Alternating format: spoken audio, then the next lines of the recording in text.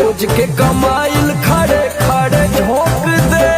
अच्छा होई सगरी नमरिया कमरिया में खोस दे, सगरी नमरिया कमरिया में खोस दे।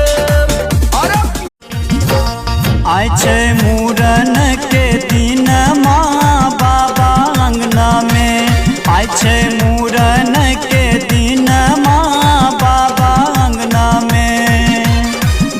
का जाने कहे लुगवा हो जाला कठोर हो।